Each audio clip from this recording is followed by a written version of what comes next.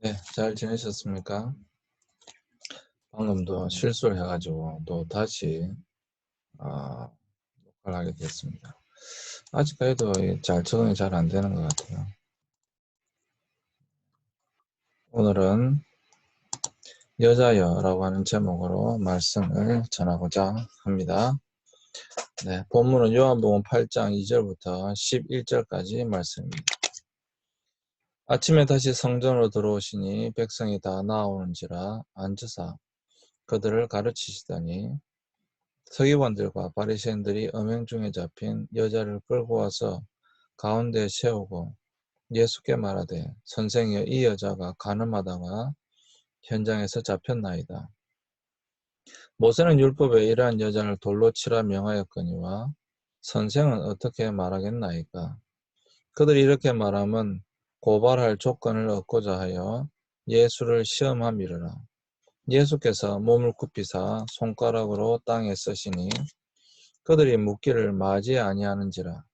이에 일어나 이르시되 너희 중에 죄 없는 자가 먼저 돌로 치라 하시고 다시 몸을 굽혀 손가락으로 땅에 쓰시니 그들이 이 말씀을 듣고 양심의 가책을 느껴 어른을 시작하여 젊은이까지 하나씩 하나씩 나가고 오직 예수와 그 가운데 섰는 여자만 남았더라. 예수께서 일어나사 여자 외에 아무도 없는 것을 보시고 이르시되 여자여 너를 고발하던 그들이 어디 있느냐?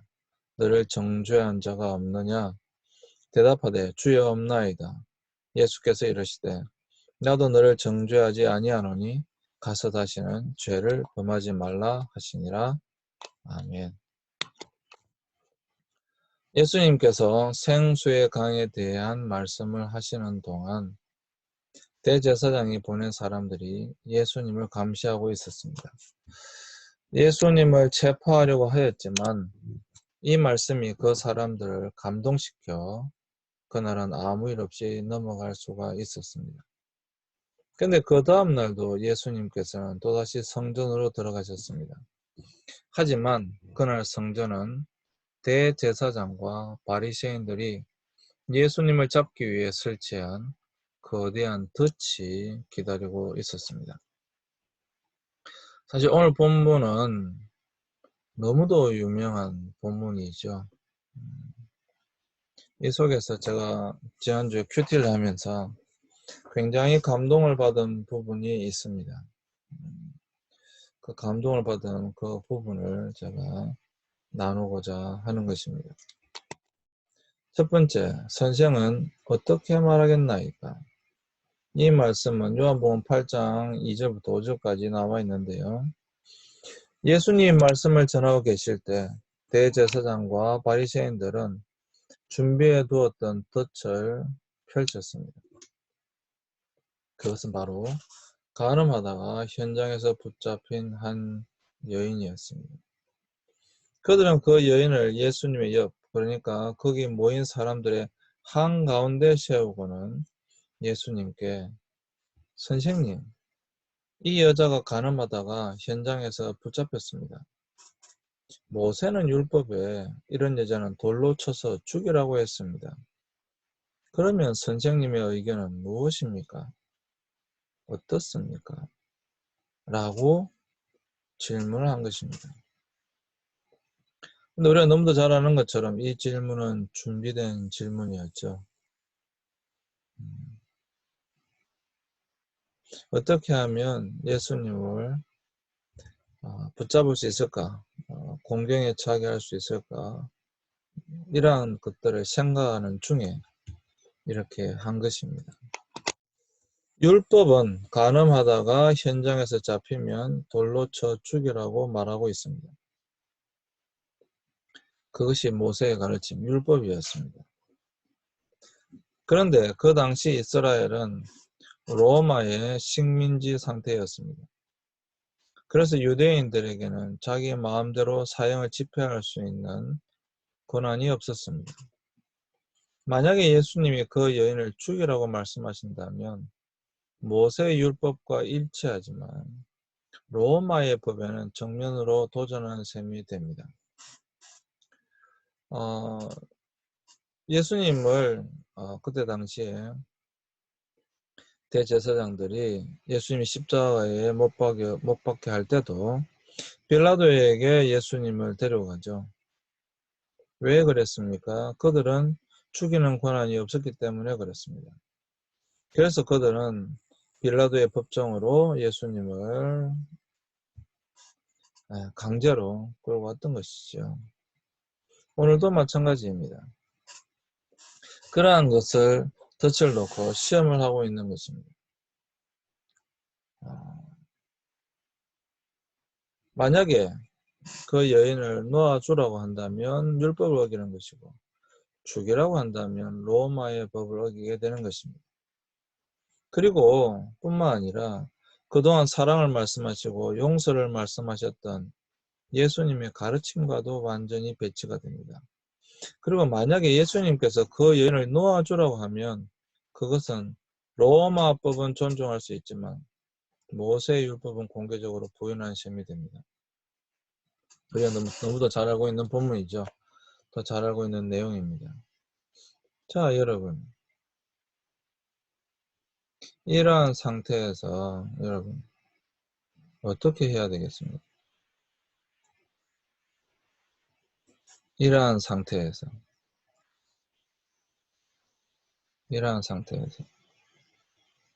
어떻게 해야 될까요? 우리는 다 이미 답을 잘 알고 있습니다. 그런데 답을 잘 알고 있지만 답을 생각하지 마시고 한번 이 장면으로 돌아가셔서 여러분들이라면 이 장면에서 어떻게 하셨을지 한번 생각해 보시기 바랍니다.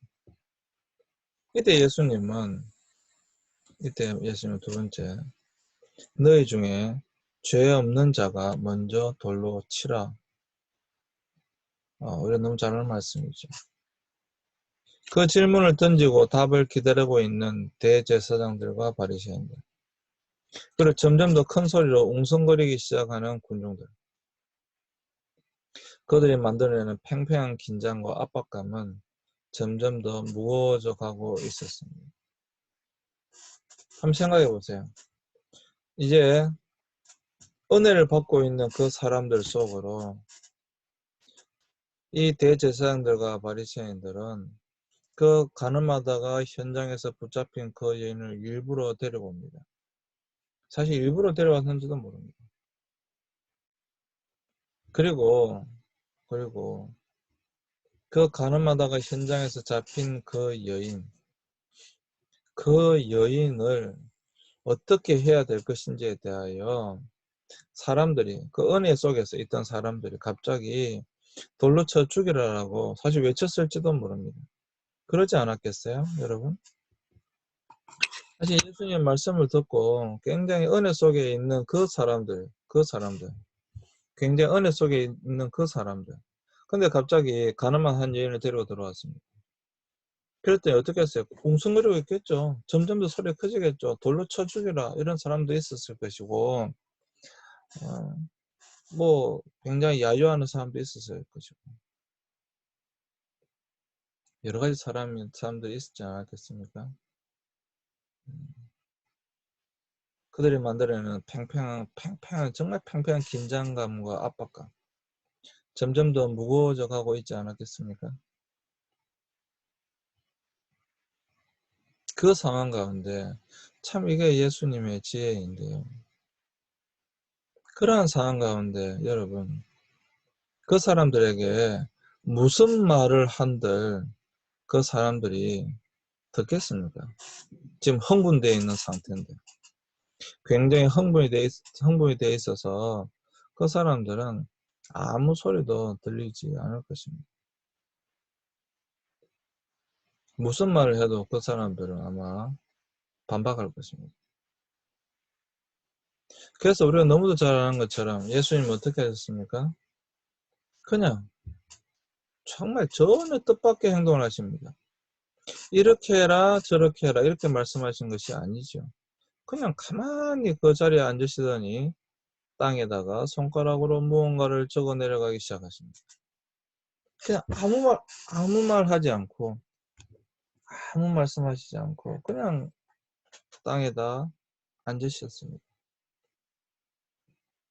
그리고 손가락으로 무언가를 적어 내려가기 시작하셨습니다.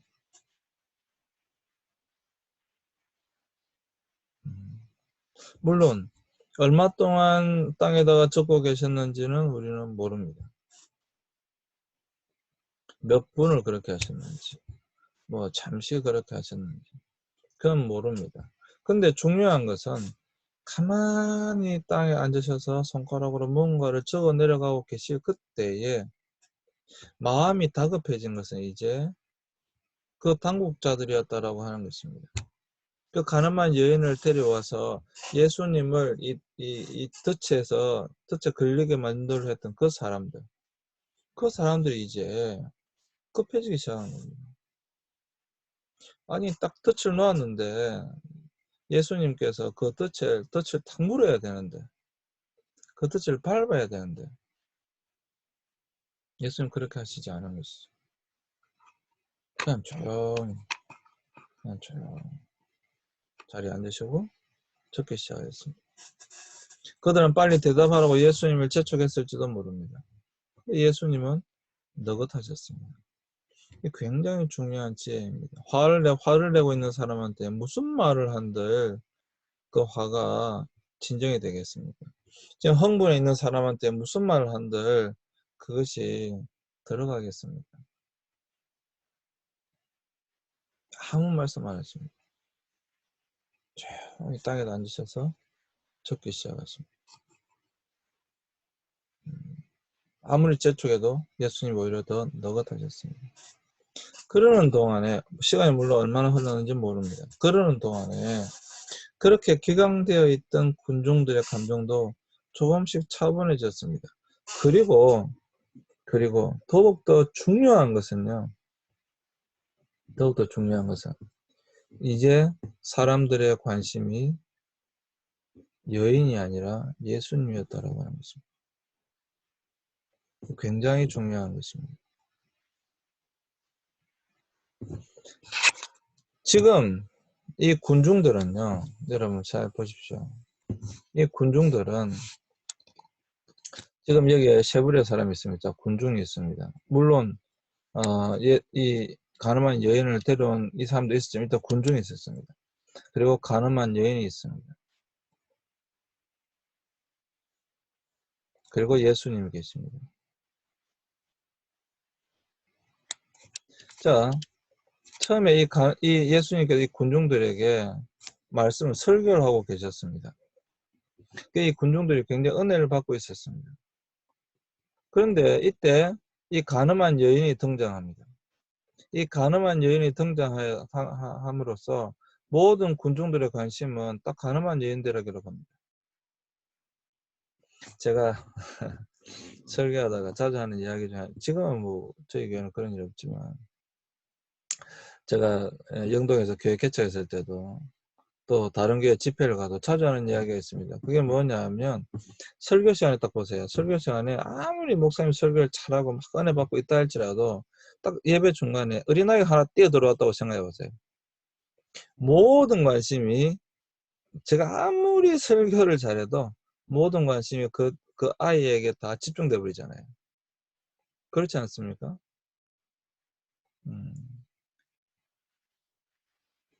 아니 그 예배 중에 아이가 뛰어들어오지 않아도 어린아이가 뛰어오지 않아도 뭐라도 하여튼 무엇이라도요 여러분 만약에 어떤 것이 발생했다고 생각해 보세요. 갑자기 일순간에 모든 관심이 다 그쪽으로 다 쏠려가지 않습니까? 뭐 어떻게 보면 당연한 인간의 본능이고 행동이겠죠. 네. 군중들도 마찬가지였던 거예요. 당연히 이 가늠한 여인에게 모든 관심이 초점이 다 갔겠죠. 저 여자 누구야? 응? 저 여자 옛날부터 그랬어. 뭐 도대체 하여튼 이 여자에게 모든 관심이 다 갔을 것입니다. 근데 이제는 예수님의 판결만 남았는데 예수님께서 아무 말씀 안 하고 계시니까 또 중요한 건 땅에다 뭘 쓰고 계시니까 궁금하잖아요. 그래서 이 여인이 이제 관심의 초점이 아니라 예수님께로 모든 관심의 초점이 옮겨가야 되는 거예요. 모든 관심의 초점은 이제 예수님께로 옮겨가야 되는 거죠. 이런 상황이었습니다. 이것은 여러분 굉장히 중요한 것입니다. 이 관심의 초점이 예수님께로 옮겨갔다라고 하는 것은 대단히 중요한 것이에요. 그 여인이 아니라 예수님께. 왜? 다시 관심을 예수님께로 가져왔으니까. 이것이 중요한 것이죠. 그 여인이 아니라 이제 예수님이 관심의 중심이 되어졌던 것입니다. 과연 예수님은 땅에다가 무엇을 적으셨을까요? 많은 이야기들이 있습니다. 뭐 목사님들마다 또 설교할 때마다 또 신학자들에 따라서 여러 가지 뭐 주장들을 합니다. 자리에서 일어나신 예수님께서 곧바로 그 여인에 대한 판결을 내리신 것을 볼 때 그 내용은 바로 그 여인의 죄에 대한 예수님의 판결이었던 것 같습니다. 왜냐하면 모든 재판관들이 어떤 판결을 내리기 전에 판결문을 적습니다. 그리고 그 판결문을 가지고 일어나서 그것을 이야기하는 것이죠. 예수님이 이 자리에 지금 판사로 그 자리에 계셨습니다. 그래서 그 죄에 대한 판결은 이미 율법이 명백하게 정해놓았기 때문에 그것 자체를 바꿀 수 없다는 것을 이미 알고 계셨습니다. 그래서 예수님은 그 율법을 따라 판결문을 적고 또 그것을 읽어주셨던 것입니다. 그 판결문 내용이 무엇입니까? 그것은 바로 그들이 묻기를 맞이 아니하는지라 이에 일어나 이르시되 너희 중에 죄 없는 자가 먼저 돌로 쳐라. 맞다.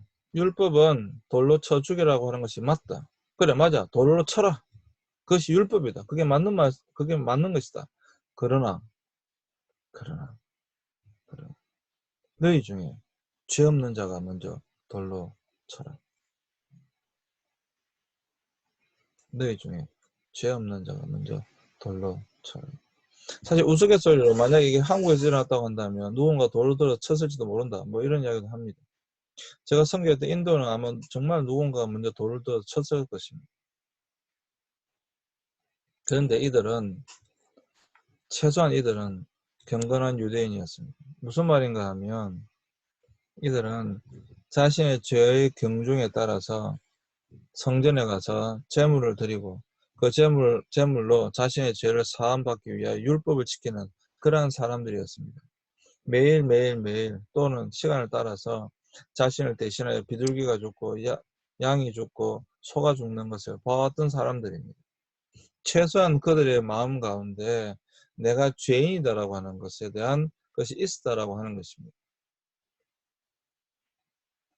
그래서 이들은 먼저 돌로 쳐라. 그건 맞다. 그렇지만 너희 중에 죄 없는 자가 먼저 돌로 쳐라. 사실 여러분 다시 말씀드리지만 이들은 이미 은혜를 받고 있던 사람들이었어요. 예수님 말씀에 생수의 강, 이게 연결되어지는 말씀입니다. 그러니까 내 안에서 생명력이 생수의 강이 흘러 넘쳐있던 그때에 예수님을 잡기 위해서 이 가늠한 여인을 그들 속에 넣은 것입니다. 그리고 일순간 모든 관심이 그 여인에게로 갔던 것입니다.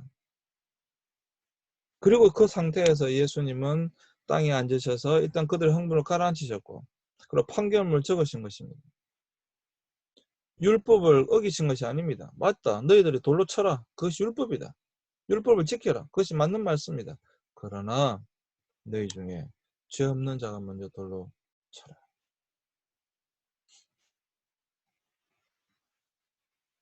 너희 중에 죄 없는 자가 먼저. 이것 때문에 이 여인은 살 수가 있었습니다. 또 아직까지 예수님 말씀이었기 때문에 성령께 역사하셨겠지만 그들 속에 있는 양심이 그래도 있었기 때문에 이 여인은 살 수가 있었던 것입니다. 그 여인을 예수님께로 데려왔던 대제사장들과 바리새인들에게 그 여인은 더 이상 존중해 줘야 인격이 아니었습니다. 그저 죽어 마땅한 존재이고 그러니 예수님을 올가매를 덫으로 사용해도 괜찮다고 생각했던 그런 여인이었습니다. 거기 모여있던 군중들도 비슷한 감정을 가지고 있었습니다. 자기들은 의롭기 때문에 자기들은 그 여인을 그렇게 정죄하고 처형할 자격이 있다고 생각했습니다. 특히 그들은 많은 사람들이 함께 모여 있었기 때문에 다수의 이름으로 그렇게 하는 것을 자기들의 당연한 권리와 의무로 생각하고 있었습니다. 거기다가 그렇게 하지 않으면 내가 죄인이라고 하는 나도 그런 죄가 있다라고 하는 것에 드러날 수 있기 때문에 숨기기 위해서도 더 적극적으로 그 여인을 돌로 쳐 죽였을지도 모릅니다. 근데 예수님께서 그런 그들을 향해 이렇게 말씀하시는 것이죠. 너희 중에 죄 없는 자가 먼저 돌로 쳐라. 너희 중에 죄 없는 자가 먼저 돌로 쳐라.